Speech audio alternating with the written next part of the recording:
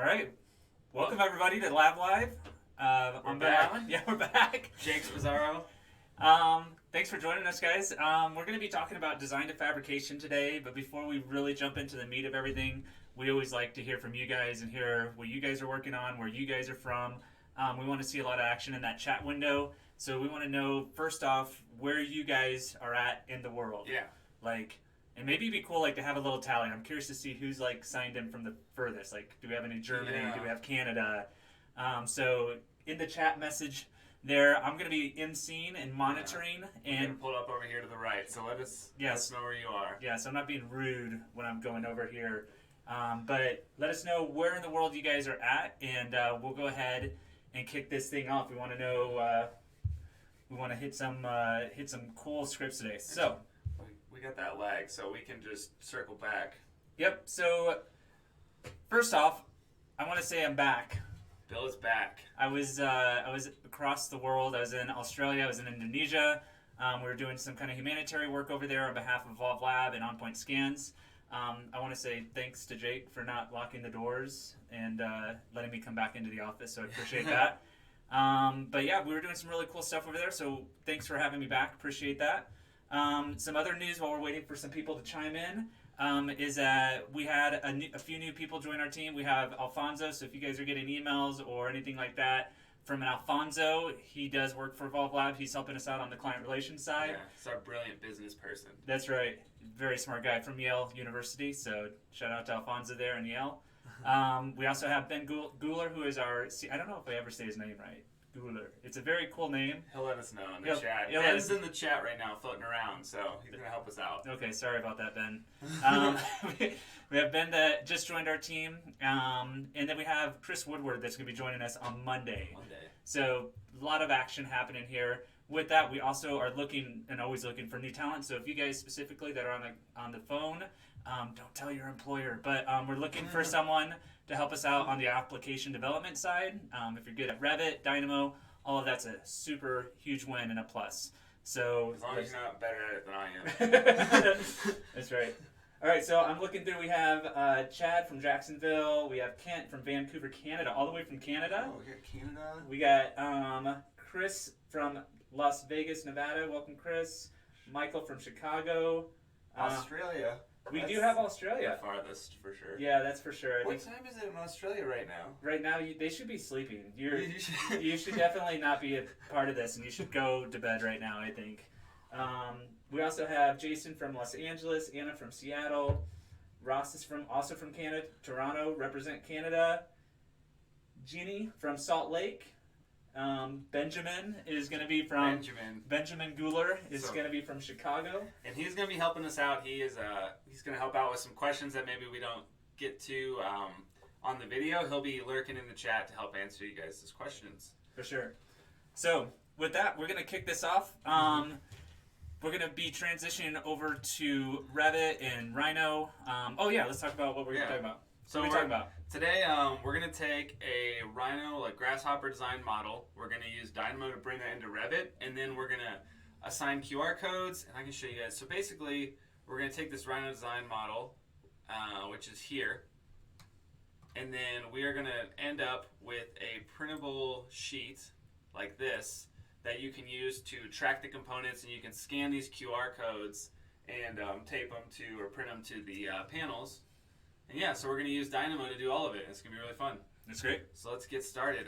Bill's going to kick us off with, this is actually his Rhino Grasshopper model. So if you want to talk about this, and then we'll start the journey. All right, no one judge me on this, okay? This is something I built a long time ago, so no judging.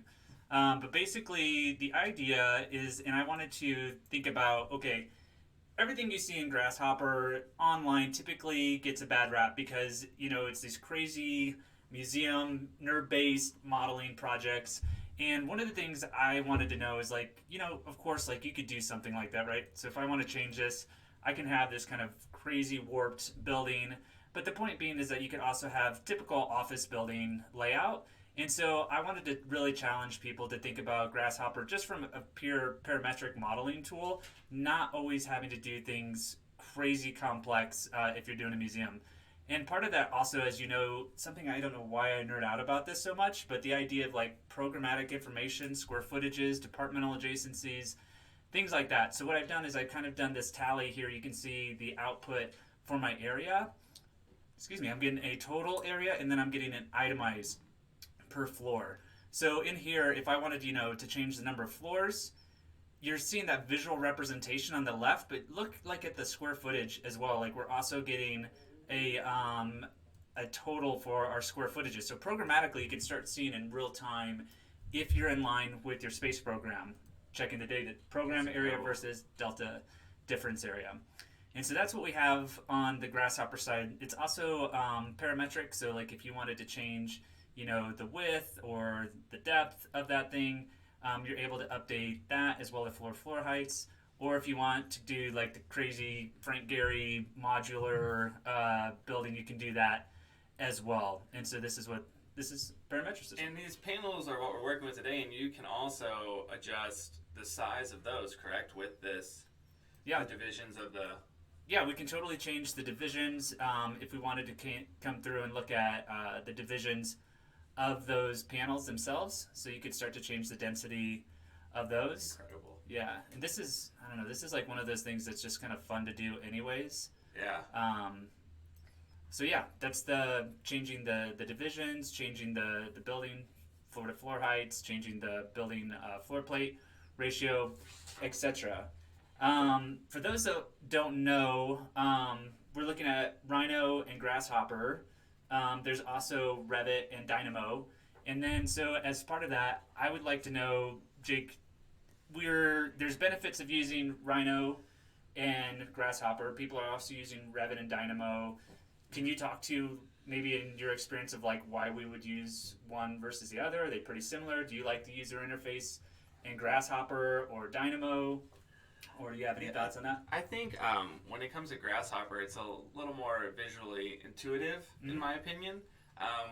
And what I really like about Rhino as a whole, and especially we've worked on some, when you get to those complicated twisting shapes, because Rhino was originally developed for, was it airplanes or was it vehicles? Yeah. So that allows us to create these complicated shapes quite easily with Grasshopper and Rhino, and then what we're going to go into next is taking that into Dynamo and getting into like the Autodesk Revit environment that we're used to and that we produce the buildings with. For sure.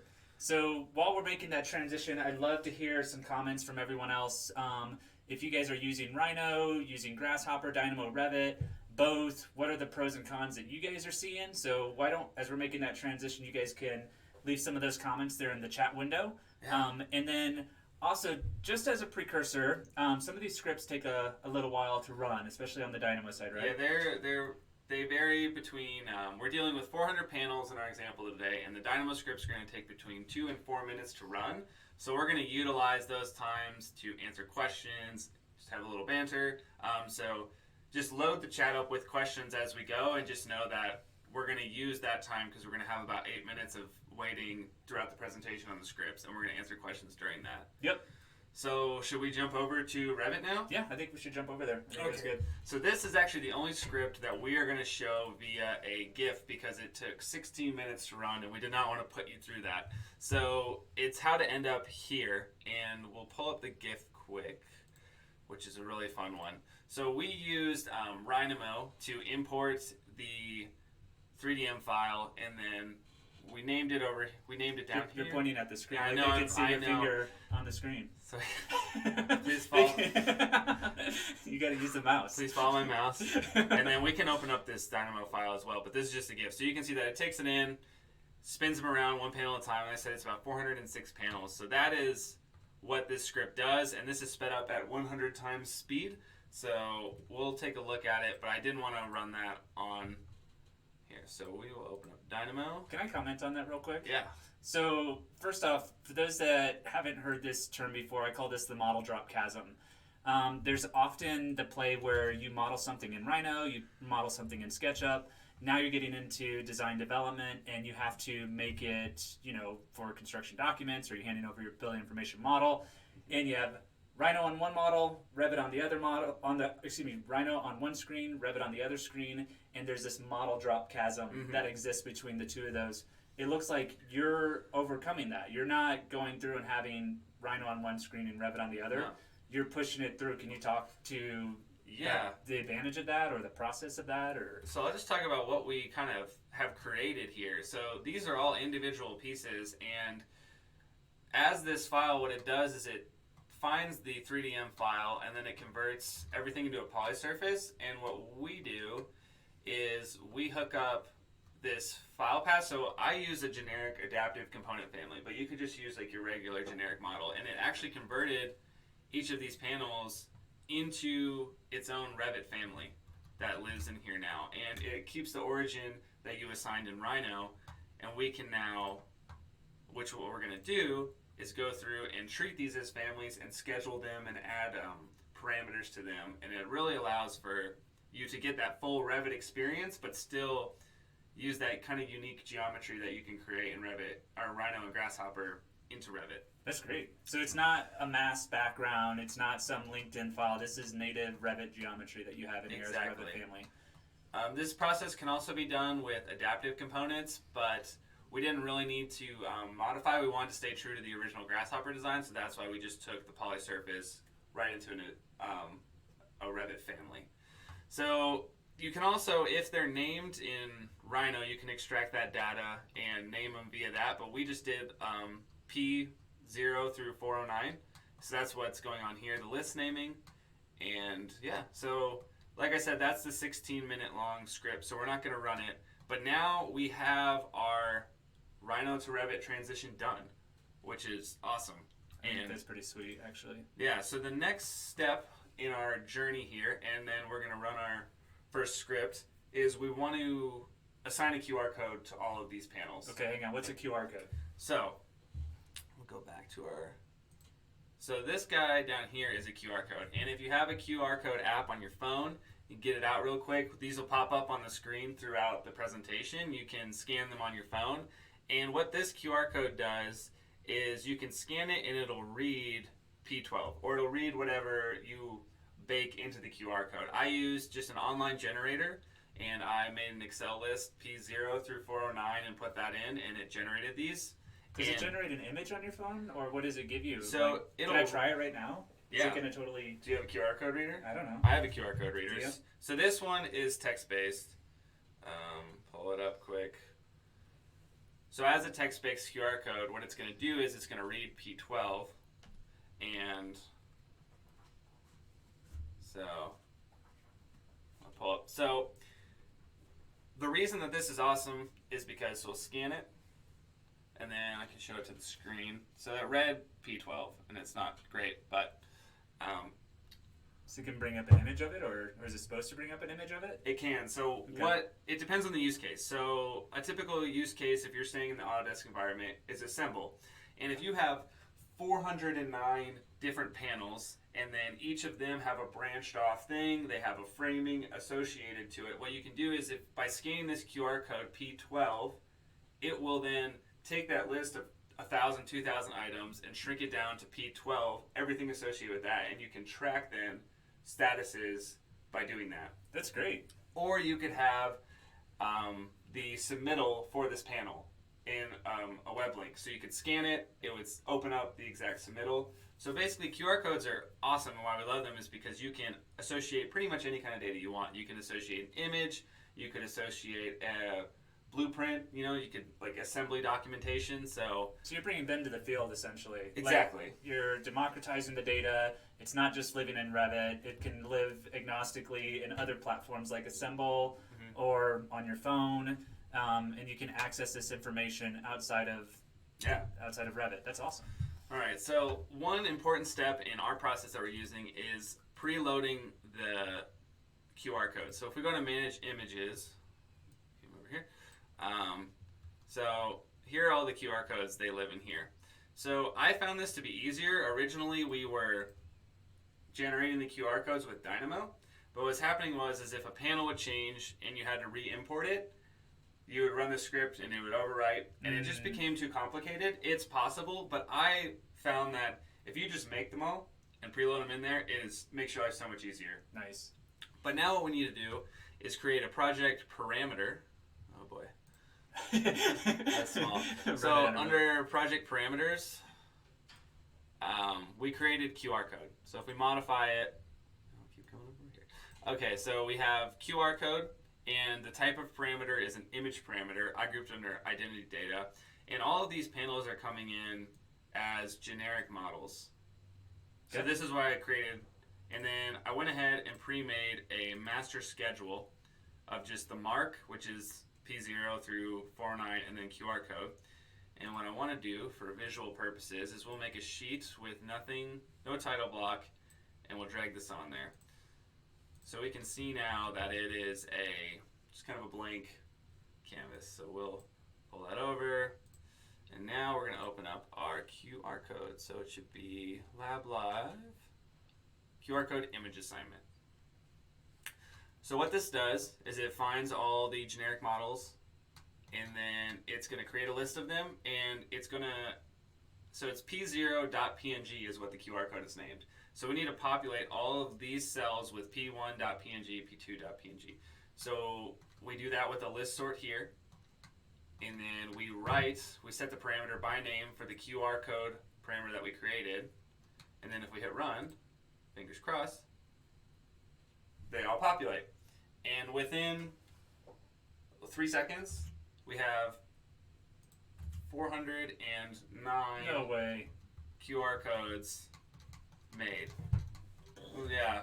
So, and that's just step one. So, that's the process of like, let's make our QR codes ahead of time because it's just easier, and then we can use this script here to bring them all in. Now the next script we're going to go through is the 4-minute one, and I see the questions are blowing up, which is super exciting. So we're gonna talk about the next one, and then we're gonna get to all the questions. But keep them coming, and hopefully Ben's staying on top of it. Yep, definitely. So in here right now, mostly people are saying that they're just giving us feedback on what they're using, Dynamo and Revit mostly. Oh, cool. They're using both. Depends on if it's what the process they're trying to accomplish is. They're doing Rhino Grasshopper to do parametric and conceptual designs, and then Revit for documentation and detailing, which kind of same kind of workflow it seems like we're showing here. And also, I'd like, while we're going through this, you can start asking any questions that you have as we're pulling this up. Mm-hmm. But I have a question or a thought Yeah. or a comment. This is pretty freaking sweet, like what you just did. To Yeah. be able to automatically associate all these QR codes to this, you basically automated a task that would somewhat be manual. Is Dynamo like better for automation, or is that what you're using it for mostly? And just as a side comment, like this isn't hypothetical. You're using this on a real project. Yeah. This process, so it's not some academic exercise or theoretical. You're actually doing this on a real project, which we can't talk about which project, but you are doing this process on a project today, right? Correct, yeah. So I am the construction technologist at Evolve Lab. So I deal with building, so general contractor support or manufacturing support. So for me, Dynamo isn't necessarily that computational design tool, but it's more of like a surgical knife that I can use, that if I have to do this 409 times, that's going to be almost an 8-hour day. You know that? Like, because you get tired, you just bang your head against the desk, you don't want to do that. So if I ever find myself doing something repeatedly, or in mass bulk, that's when I'm going Dynamo. Like, you're gonna save the day. Like, I accidentally drew all the elements in a Revit model in the new construction phase the other day. That's never happened to me ever. I've never done that in my entire life. And so turn it over, got it back there. Like, this is all new construction. And I'm like, dang it. So instead of grabbing every element, putting existing with Dynamo, you can pretty quickly select all elements. And then by setting parameter by name, phase it out, change the whole model to existing in a minute instead of spending hours doing it. So that's why I love Dynamo. And this whole process is basically doing one thing, but 500 times. And that's what we're going through here. So, you can make it all once in an hour, but 500 times is going to take you a while. So let's hop into the next one. Sounds good. So going back to our image. Oh gosh, it's gone. Okay, so what we want to do is break all these out. Instead of having one large master schedule, we need to have each one as its own schedule view. So it needs to be P0 by itself. And the reason we need to do this is so when we make our printed out sheet at the end, we don't have 500 of them. We only have the one at a time. So why do you want one at a time? What does that do downstream for us? So when you're in the field and you're tracking these from manufacturing to installation, shipping, you want to have just that one code taped to that one panel. So they're going to sticker this thing on. And slap this right on the panel. Really? Mm-hmm. Okay. So this script, it finds all of the model, it finds all the generic models to the panels, and then it creates a schedule for us. So it'll create a schedule, it'll add the fields, and then it will filter them. So keep an eye on the schedule at the bottom left here, and then we'll hit run. And now let's get to some questions, because we have about 4 minutes here. So we don't have any questions yet that I've seen, but you guys need to be more active. Please put some questions in the chat window. Otherwise, you're going to have to just sit here and look at us stare at each other and wait for this. Make bad jokes. That's right. We don't want them bad dad jokes coming out. As a comment to that, we are using our green screen. And to have a little bit of fun here, I do have my water bottle, which is the same. It's the same color. It's the same color. And so this is the type of humor you guys are going to have to put up with if you guys don't start asking some questions or making comments.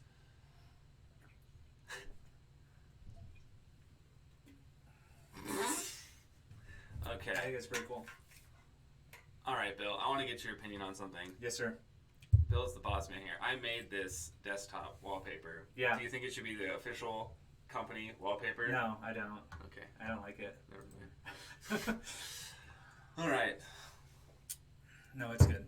It's done. Oh, that was quick. Awesome. All right. So what we can see here in the schedules on the left is that it made just one schedule for each one. So P6 now is only by itself. It'll have the mark and the QR code image. We can go back to this unnamed sheet, and if I drag P6, this is your view. It's a lone.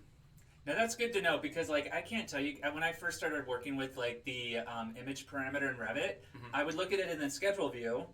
Can you go back there, please? Yeah, and you're like, oh, there's no image there. Yeah, I'm like, it didn't work. How come I don't see the image? What am I doing It wrong? has to be on a sheet. Has to be on a sheet. To see it. So that's just a fun Revit help desk item there. Okay, so now that we've created the QR code separately, what I want to do now is go and I want a 3D view of every single panel, because I want someone, when they look at this QR code, to see a 3D image of it and say, this is it. You know, and if they're more specific, curvy things, they have really unique features, you don't want to associate the wrong tracking number with the wrong thing. So when you can put a 3D view of exactly what you're looking for on there, helps the process a lot. Totally. So that's what we're going to do next. I like it. So close out the schedules. So now we're going to be tracking in 3D views here. No, so now we want to do the LabLive 3D View Creator. Speaking of Autodesk Help Desk, our buddy Glenn. Are we giving Glenn a shout out? Do you think Glenn's watching? He might be watching. For those, if you guys have any Revit questions at all, send a direct message to Autodesk asking specifically for Glenn. Glenn Drummond. Glenn Drummond, and tell them that you want Glenn Drummond to answer your Revit question. Yeah. So anything that's wrong, he's there for you. He's there.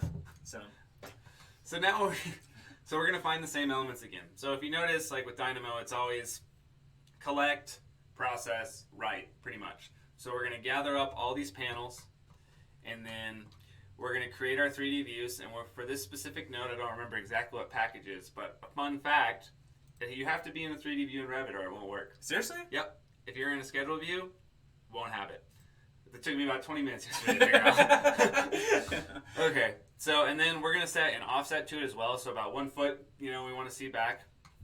And then we're naming over here, so this will gather all the names, and then we're going to isolate the elements in the view after we make them, and then I also have a view template pre-created for the 3D views that's going to be assigned here. So let's hit run. Keep an eye on the 3D views on the left. Well, that's running. Yeah, we got some questions. We do have some questions. Sweet. Jai is asking, how is the process of preloading all of the QR codes? And then other people are also asking, what site did you use to generate QR codes? All right, let's do it. So I used bulkqrexplore.com/generate. And is this like a free site? This is free up to 100. So I did it in 100 increments. And Okay, then, so Evolve Lab, like you're not spending our precious dollars No. on this QR Explorer. my budget Website. of 0 has not been spent. Okay, appreciate that. So we'll open up Excel too. I'll show you exactly how I did this. While we wait. So I did a new one, blank workbook, and then P0. This is really groundbreaking stuff here. It's not very. So you got to do 2 in a row so it gets the count, and I'm sure there's hotkeys to do this. But then I drag it out until I know I have 409. Keep going. So 409. And then you take these, and if you want to pay to, you can pay to have it do them all at once. But I grab 0 through 99 because 100 would be 101. Okay, so then I like to do a cut so I know that I got them. We'll go to the QR code generator, enter them, and then generate codes. And then they'll all pop up eventually. And they just give you like a zip file here, and you download that, and then we'll open.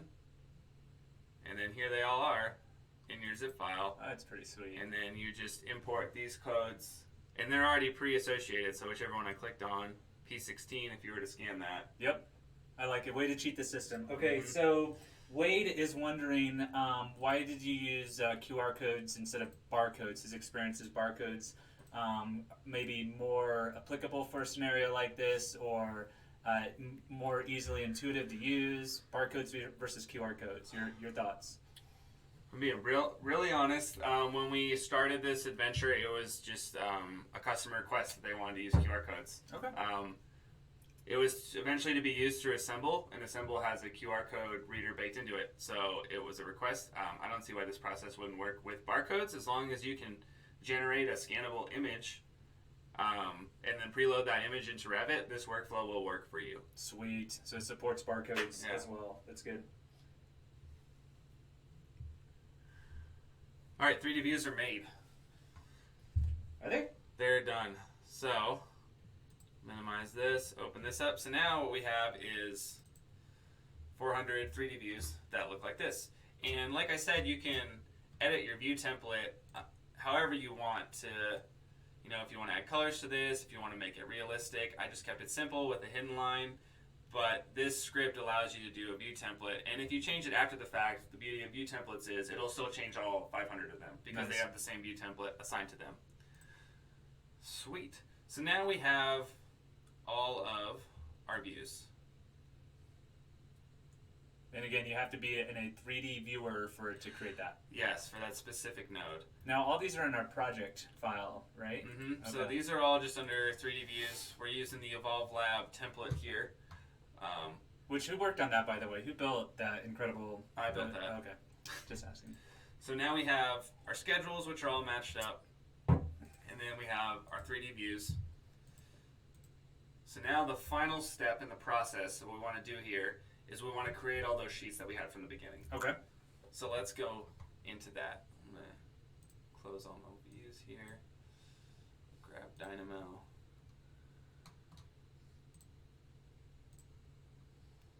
So we want to do LabLive sheet generator and place 3D views and schedules. Oh, and schedules. Sweet. Yeah, so this is an all for one.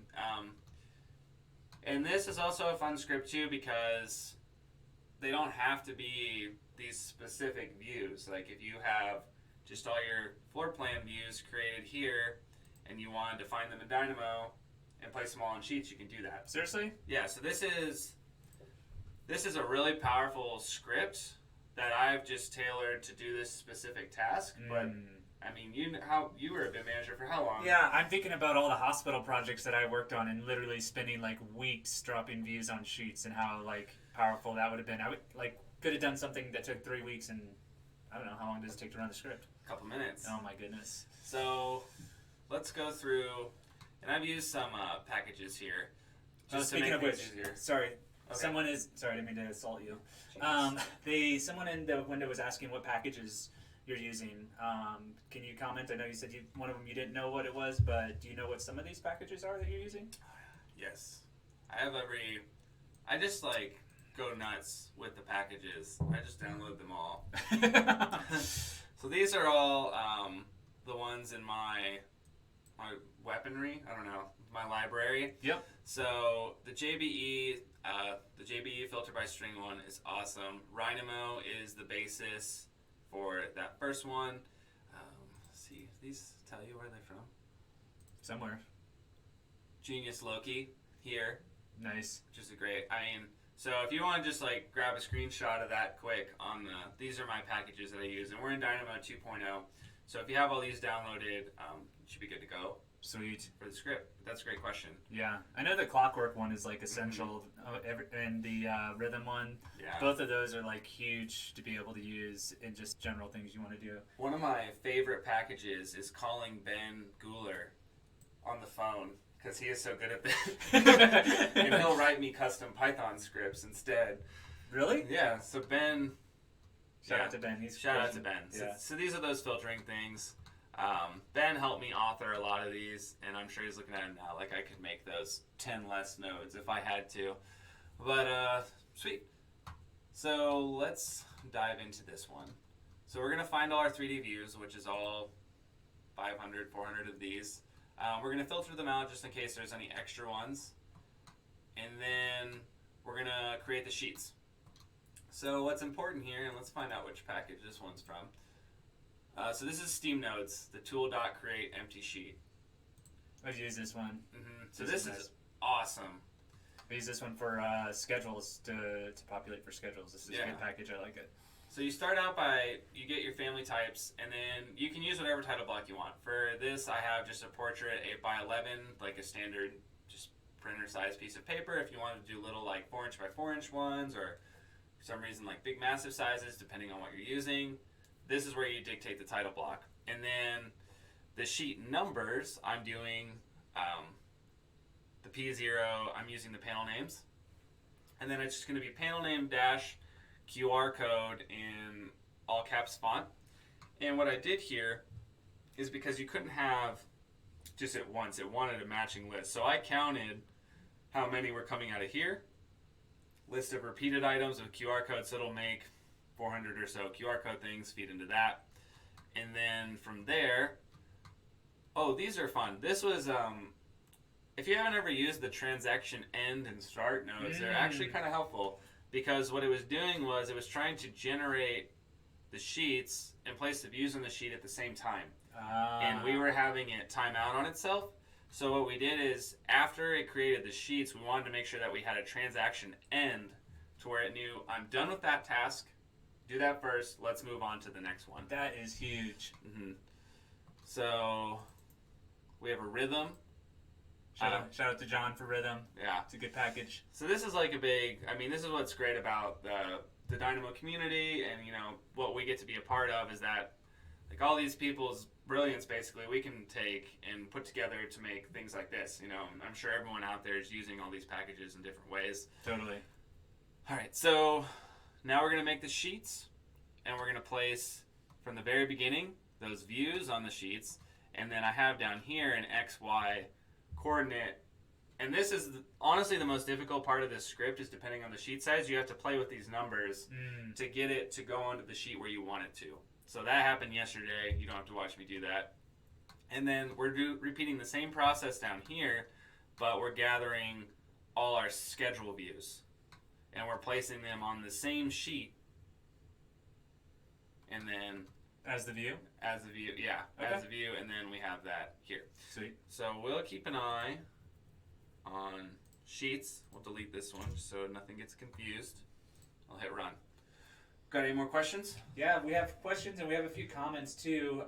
Someone had mentioned Justine Olsen has created a QR code coder Dynamo package that generates QR codes within Dynamo. Oh, sweet. So that could be a pretty helpful package for that. So Justine Olsen. I almost thought they said Joel Osteen. That is the same. So I was like, oh, that's incredible. Like when he's not preaching, it's he's his awesome. alias. That's right. That's his secret name. That's right. So check out Justine Olsen's package for QR creators. They also Chat said if barcodes get scratched, you can't scan it. QR codes can be 30% destroyed and still read. That was the answer I was going to give for why we use QR codes. That's exactly what you were going to say. It slipped my mind, so thank you for reminding me of that. Let's see. A lot of comments about QR codes really being helpful as far as the process. Yethika is asking how many custom Python scripts did you have to use for this process, or rather how frequently did you have to customize Dynamo and augment it with Python to be able to go through these processes. Really, I think the question is like if someone like Yethika wanted to do this, would she have to generate a bunch of Python to be able to execute this task? So these, I believe, they're purely done by packages. And the reason that, we got it always does this, get the R, okay. But it works.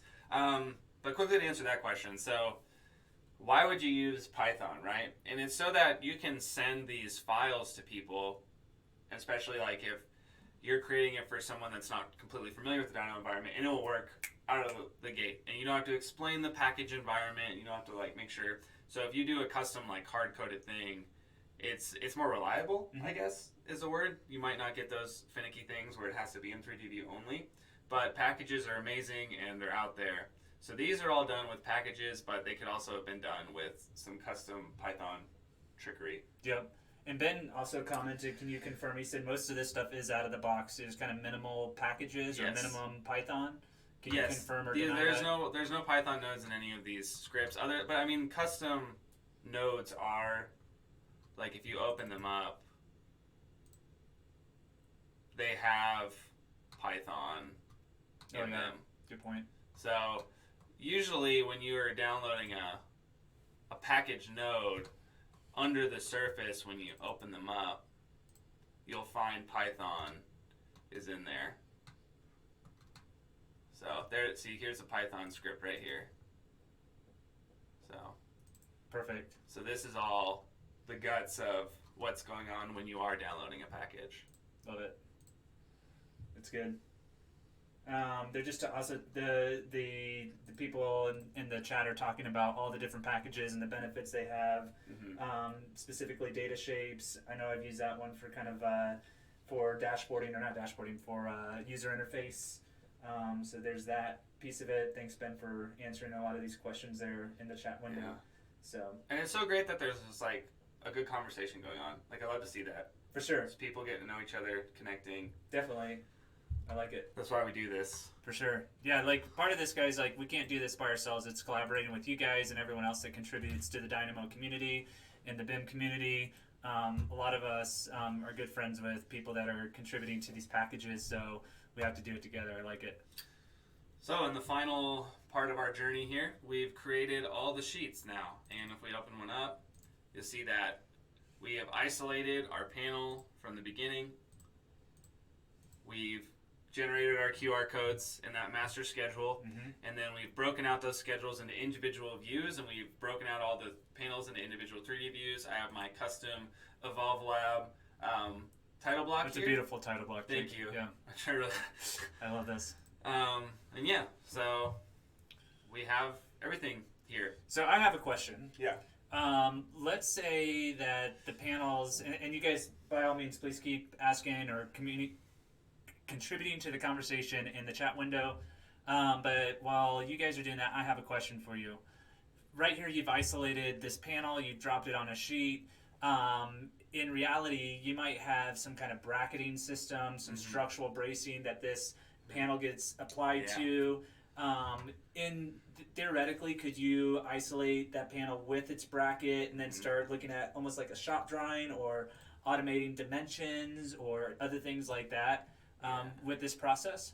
So I'll just go to where like all that magic kind of happens. Okay. So we started out by finding the elements, which are these panels, and then creating a 3D view of them.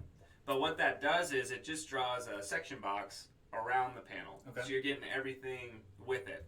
So after you've done that, what you need to do is, this is where you determine with these two chunks here, these two groups, what's actually going to show up in the view. So I only had just these simple panels for the sake of, making sure this ran smoothly. But we could take all that bracketing, and through some list management, isolate out everything that's associated with P17. Because if we have P17-F1, which would be like frame 1-F2, we could grab everything that's associated with P17 and isolate them.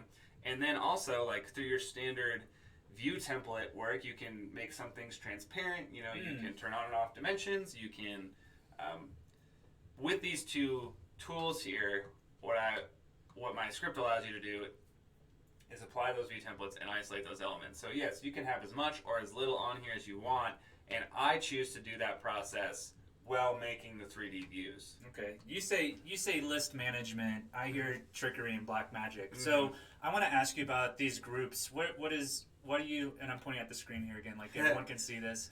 Same thing I shamed you for at the beginning. Yeah, full circle. Full circle. That's right. Goes around, comes around. So you've grouped these here. Is that kind of is there a method or process for grouping? I know this is a little elementary question, but it looks like this is helpful for the process of understanding what these nuggets or these modules of the script do. Yeah. So Ben is kind of the architect of this. I helped him with it, but we've chosen to don't make his head too big. Yeah. We've chosen that when we create scripts that internally we've established a standard of a color-coded grouping process. So we have inputs, which this isn't. Inputs should be orange. And then yeah, so. Who QA QC'd your script here? Did anyone look at this before you did this Ben LabLive? did. And then write to Revit. So sometimes there's process. So if we had some list management, black magic as you called it, we would group that under processing, and we can go over to a different script that has like some more in-depth list management, and then write to Revit, which is what all of these are doing. All of these are editing the Revit document, so we have those under blue. Now, can I comment on this? This is pretty freaking cool. Like, if we think about it, I don't know, 10 years ago, you would have to enlist someone's services to build out a custom Revit add-in or wait for Autodesk new feature, Revit 2021. This is cool because you are, in a sense, tool building. Like, you're building your own custom tools, your own custom processes for this. Can you speak to, like, how that's helped you in your job? Or, I mean, like, you don't have to know, I mean, yes, it's helpful to know C# and Python, and you can get these things more stable, more robust, but you didn't have to go ask someone to build an add-in for you. No. You didn't have to wait for Autodesk for a new feature. No. You're essentially building your own tools.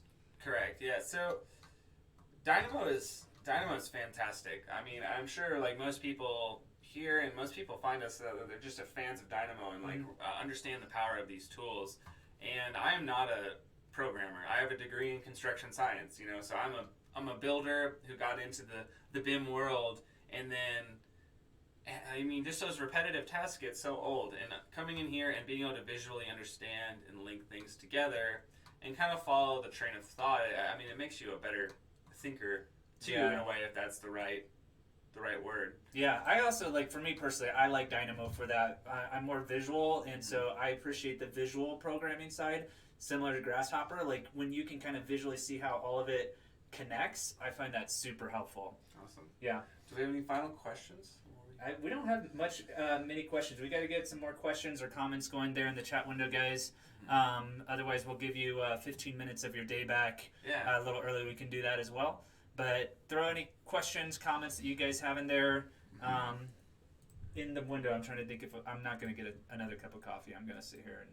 Of this whole presentation, my proudest thing is my Your intro slide being out of all the automation, I feel like this is the most innovative process. It's pretty impressive. I do like it, and it's pretty cool. You brought this into Revit. It's uber nerdy. As an image. Yeah, as an image. So you've definitely gone through the. Okay, so while we're waiting for some questions and comments, the other thing I want to mention is that I see like Dynamo is super useful for is I always say it's like, you ever saw The Matrix and Neo bends the spoon? It's like things that you say like, oh, can Revit do X? And you're like, no, Revit can't do X. But you can utilize Dynamo. Like there's no QR generator tool like in the ribbon. But you're essentially bending the rules of reality, bending the rules of Revit, which I think is pretty freaking cool. This is like how it works in my mind. I had Corey explain to me is like, if Revit can do it, you can do it in Dynamo. So it's not looking at this as like, well, there isn't a QR code option in Revit, obviously. But you can say, well, I can add an image. I was like, okay, if I can add an image, can I schedule the image? If I can schedule the image, can I put it on a sheet? You know, if I can make a 3D view, and then you say like, yes, Revit can do all the steps that I need to achieve generating QR codes, and then taking that logic and then just, you know, whiteboarding it out in Dynamo. Yeah. So it's a sequence of steps that you've automated, which I think is awesome. Yeah. Yeah. Someone is asking, can you show some of the bracketry / how you would create that info? So that'd be like mullions and stuff? Yeah, I think so. Can you show some of the bracketry? I think maybe, I don't know if we have that stock ready to go. We don't, but it would be, I mean, like, what I love about this process is it would be the same thing. So if we had around one of these, you know, 4 pieces of mullion, and each one was F1, F2, F3, F4, we would then just go through the same exercise as we did before, but with just like, we would need to gather all those mullions together and then send them through the same pipeline. Yeah. And I think someone asked earlier too, like, are these all individual instances of a family? Yes. Or are they a family with a series of different types? No, so each one of these are a different family. Okay. So that's the way the script works, is it's got, each one's making a new family. Yeah, so if I can comment on that, that's definitely the way Rhino works as it generates those, and it's great for really custom shapes in that sense. The other option, if you guys check out our Grasshopper to Revit workflow that we did a few years ago, I was using Hummingbird, and so using Hummingbird, you can place adaptive components in an adaptive component as a 4-point panel, and every one of those panels would be the same family, could even be the same type or a different type, but then you could also have those parameters. So there's a few different workflows, advantages. That might be a little, I don't know, leaner on the Revit model side, but... Well, what both of them are trying to accomplish is that the true challenge is the X, Y, and Z coordinate system. Like, if all these panels came in, but they were all over the place, like, it's not very helpful. And the same thing with an adaptive component is each end has an X, Y, and Z. So what these families did is it made an individual family, and as you open them, you can see that they exist in space. So that one's down here, but if we grabbed one on the bottom left, it's going to be in a completely different area. Okay. So this workflow, because each one was unique and I didn't want to change them, I wanted to stay true to design, I went down the option of making a new family, because each one has a separate curve to it, you know. But if you're doing like studs or flex rods or something, then you can do those as adaptive components, because every single one of them is the same, they're just in a different spot. So the reason these are all different families is because they're all different. They're each unique piece. That's great.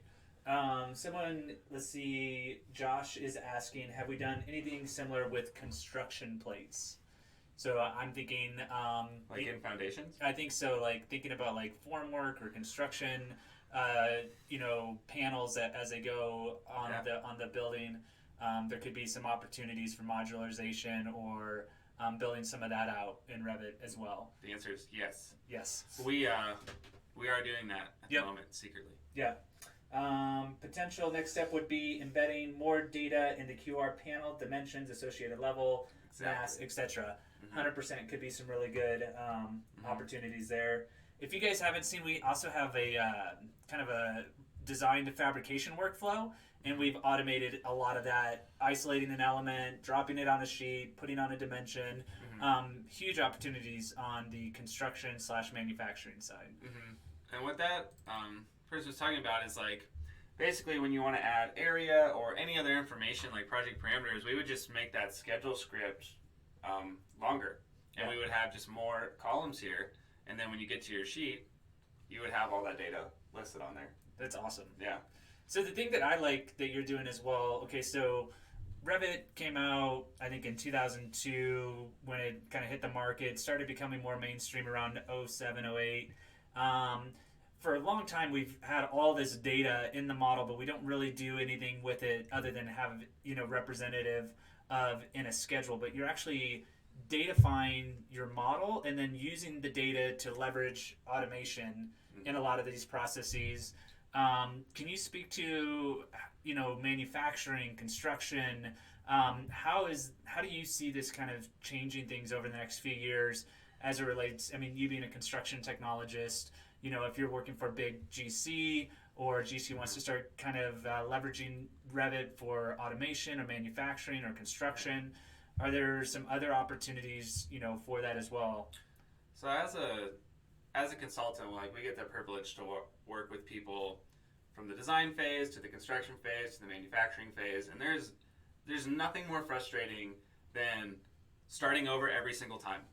Yeah. Like either you're bidding and they're only going to give you like the blueprint set, so you can't use Revit to go through all the stuff, schedule it all, or if you're going from a GC to a sub or a sub to a GC and you're not sharing models properly, like if we all lived in the same sandbox and we all had one Revit model, we could shave millions of dollars and endless amounts of time off of that. And when you start playing with things like Dynamo and begin automating these processes that just take away headaches. Like everyone could go home like a couple hours earlier if we all just made that effort to share our information and to then utilize these amazing tools that anyone can make. Like I said, I'm not a computer programmer. Like I'm a construction guy who took the time a few months to learn this. So we can do a lot of good, and we can push our industry forward a ton from every step of it if everyone played like this. Totally, I like it. Chad is asking, could you use a QR code to reference a sheet? Yes. Currently have a sheet saved out and saved to G Drive and link to that. Yes. So all you do is while you're generating your QR code, so we'll find another QR code generator. Might not be the one that I just did. QR code generator. So it's all just a matter of how you create the codes. So this one's fun because you would say this is panel 100. It's called panel 100, but then you have your URL. So this is what it's going to read. Oh yeah. Text, images, music, PDF file. So if you want to do your Google Drive, you put that URL code in here. If you just want to hard do the PDF, you put that in here, and then we go through the same process. And when you scan this, it's going to come up on your phone as whatever you put in there. That's pretty freaking cool. So QR codes can read just about everything. That's awesome. Yeah, like you go to the airport, like your ticket's on there. So it's awesome. This is the bare minimum of information that you could put into a QR code. Mm-hmm. Like the sky is the limit. Yeah, it's good. Chad, you didn't ask this, but you can also have a URL parameter within your family as well as part of a property in there on the panel. So there's an opportunity for there. Yeah. So if you go to the project and then you click on one of those panels, edit type. Yep, there's URL. So you can also, for those, link a submittal. Yep, you guys didn't ask, but there's a little nugget there. You can put in a nugget URL parameter. And these are pre-baked. Like you can make endless parameters, but this is just what you get right out of the box. Yeah, that's pretty sweet. Cool. Paul is asking, would adding a UI to this workflow script using data shapes be feasible? Select the families, name the schedule, etc. And do you find user interfaces effective in making scripts more used by the average Revit user? Yeah, so add-ins are super fun, and that's Ben's wheelhouse. So I know he would love to. The answer is yes. Yeah, and to that point, can you pull up Dynamo again? Yeah. So just as a general comment, if you said like you're a construction guy, let's say like you guys are working, you have interior designer, someone, they open this up, you're like, hey, I have this sweet tool that automates a lot of your workflow.